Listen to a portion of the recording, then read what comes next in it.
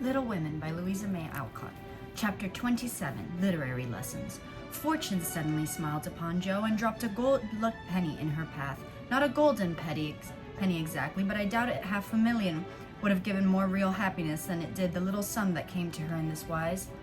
Every few weeks she would shut herself up in her room, put on her scribbling suit, and fall into a vortex, as she expressed it, writing away at her novel with all her heart and soul, for till that was finished she would find no peace. Her scribbling suit consisted of a black woolen pinafore on which she could wipe her pen at will, and a cap of the same material, adorned with a cheerful red bow, which she bundled her hair when the decks were cleared for action. This cap was a beacon to the inquiring eyes of her family, who during these periods kept their distance, merely popping their heads in semi-occasionally to ask with interest, "Does genius burn, Jo?" They did not always venture even to ask this question, but took an observation of the cap and judged accordingly.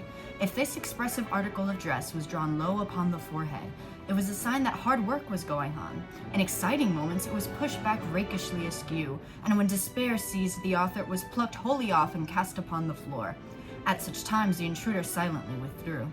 And not until the red bow was seen gaily erect up, the gifted brow did not dare address Jo.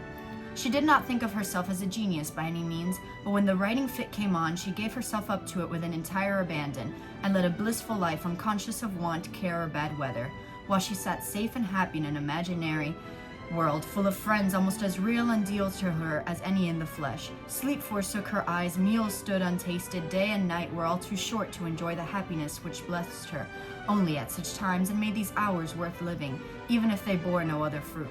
This divine afflatus usually lasted a week or two, and then she emerged from her vortex, hungry, sleepy, cross, or despondent.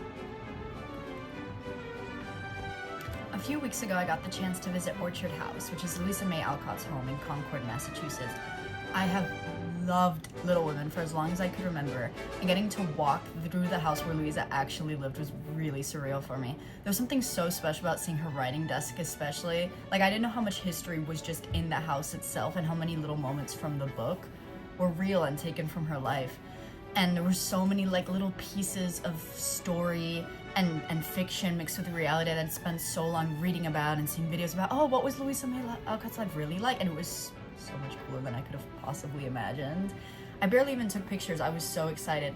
And then when I was wandering around the gift shop, I saw something that I could not leave without. Like, it was Jo March's writing cap.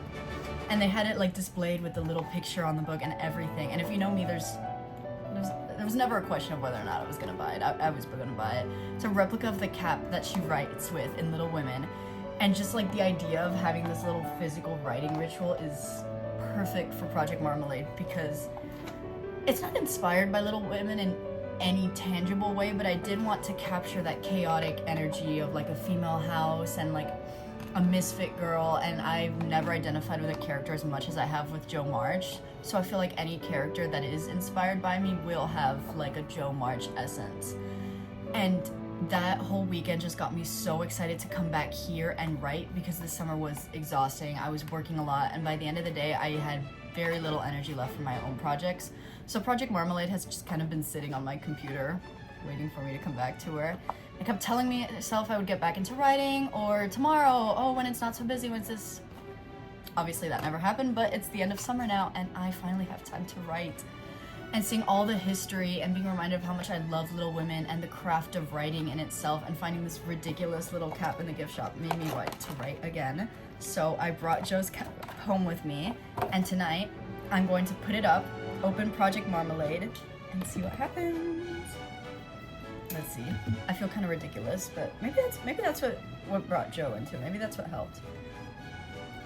That's cute. It says scribbling cat. Louisa May Alcott.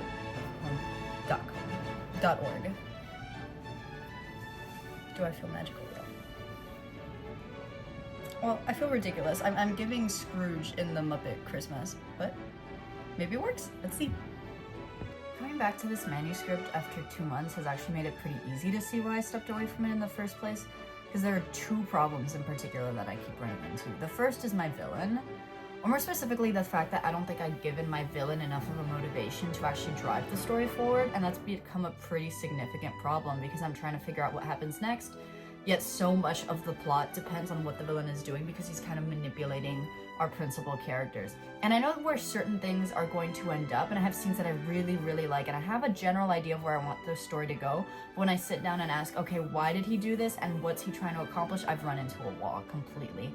And then there's this other plot line that I introduced a few chapters ago that was mostly there because I wanted to give Ursula something a little bit more juicy to deal with, and I still really like it.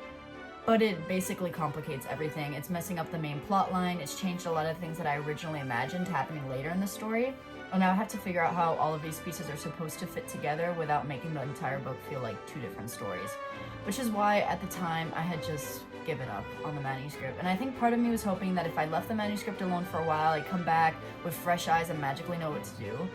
But unfortunately, that's not how writing works, and here I am, 2 months later, and none of those problems solve themselves, obviously. If anything, they actually feel bigger now because I'm not as deeply immersed as the story as I was in the spring when I was writing every day.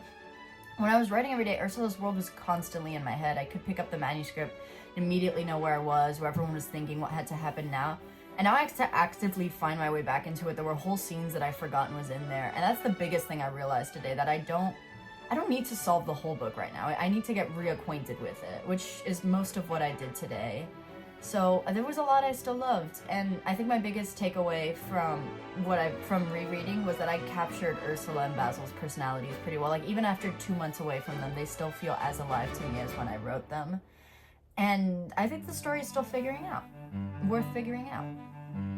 So after all that, I ended up writing about 450 words today, which definitely isn't a huge number, especially considering that it's a writing blog, but I really don't feel like I measured this writing session in word count because most of what I did was brainstorming and going back through my old writing and taking notes on what I thought was working and what still needed help.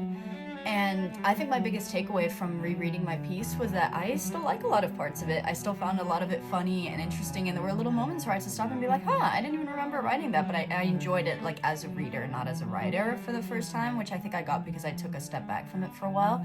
I also spent a lot of time figuring out what the story was missing and setting some goals for the next few writing sessions. A lot of those 450 words were edits and developing scenes from outlines instead of completely new material, but I think that's what I needed to be doing because I've written myself into a hole.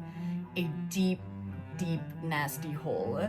So I think my next step is going to be sitting down and actually plotting the next few chapters instead of just blindly throwing Ursula into weirder situations. I also want to make a whole video explaining the world of Project Marmalade because there's a lot going on in this story and I think it deserves its own introduction. But for now, I think this was a really good first step back into writing.